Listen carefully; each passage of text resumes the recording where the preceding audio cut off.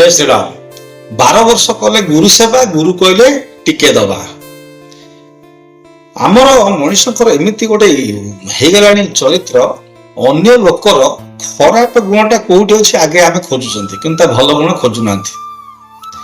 ଜହ୍ନ ଠାରୁ ଯୋଉ କିରଣ ଆମ ପାଖକୁ ଆସୁଛି, ଶୀତଳ କିରଣ କି ଜହ୍ନର ରୂପଟାକୁ ଦେଖି ଆମେ ଖୁସି ହବା ଲୋକ, କିନ୍ତୁ ଆମେ ତାକୁ ଦେଖିବା କଳଙ୍କ କାହିଁକି ଅଛି ବାଛୁଛନ୍ତି, ଯାହାକି ଆମର ଆକ୍ଚୁଆଲି କର୍ତ୍ତବ୍ୟ ନୁହଁ।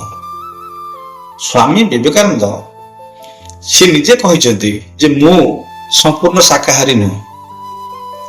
ସେ ବଙ୍ଗାଳୀ ଲୋକ, ସେ ଆଇଁଷ ଫାଇଁଷ କେବଳ ଖାଇଛନ୍ତି ଛୋଟବେଳେ, ତେଣୁ ସେ ସମ୍ପୂର୍ଣ୍ଣ ଶାକାହାରୀ ନୁହଁ। ତେଣୁ ତାଙ୍କ ଗୁରୁ ସେରକମ ଥିଲେ, ତାଙ୍କ ଗୁରୁ ଯାହା ଯାହା କହିଲେ ସେ ସବୁ ସେଇଆ କଲେ। ସେଥିପାଇଁ ସେ ଆଜି ଏତେ ବଡ ମହାପୁରୁଷ।